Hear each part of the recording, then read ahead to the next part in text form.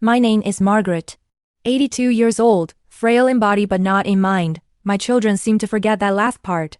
It began the day after my husband's funeral. My house, the one Henry and I built with our own hands, had barely stopped smelling of flowers and grief when my eldest son Peter arrived with a lawyer and a fake smile. "Mom," he said, placing his hand on mine like a salesman. "We just want to help manage things for you. You shouldn't stress about paperwork at your age." Translation: he wanted the house.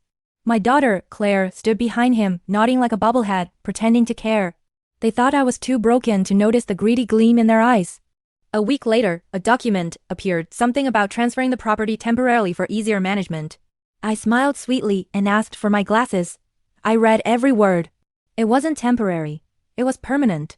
They were signing my home, my entire life, away, so I signed, with a smile.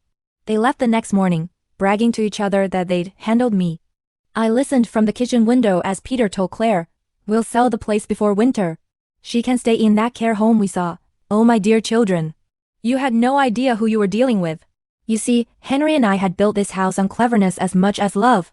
Years ago, after seeing neighbors lose their property to scheming relatives, Henry insisted on a clause in our deed, one that required both our signatures and a special notarized release before any sale could be finalized. After he passed, that clause defaulted to me alone. So, while my darling kids thought they tricked me, all they'd done was sign their own trap. A month later, the for sale sign went up. Peter was giddy. "We'll get a fortune for this old dump," he said. I just nodded and baked him a pie. He didn't notice me slipping the recorder under the table during dinner when he bragged about putting me in a cheap care home, as soon as the check clears. The next morning, I called the lawyer. My lawyer, the one they didn't know about. 3 days later, the sale fell through, and my children received a letter from my attorney. The property in question remains under sole ownership of Mrs. Margaret Wells. Any attempt to sell or transfer it will be considered fraud. Their reactions were priceless: angry phone calls, crocodile tears, even an apology brunch. I didn't pick up the phone. Instead, I did something better. I rewrote my will.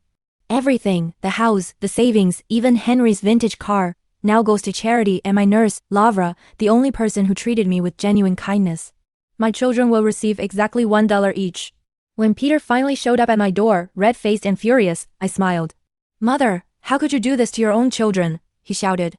I looked at him, calm and steady. "You didn't lose the house, Peter," I said softly. "You lost your conscience. The house was just the price." And with that I closed the door, on him, on the lies, and on a lifetime of being underestimated. Sometimes, revenge doesn't need noise or cruelty. It just needs silence, a pen, and a lesson they'll never forget.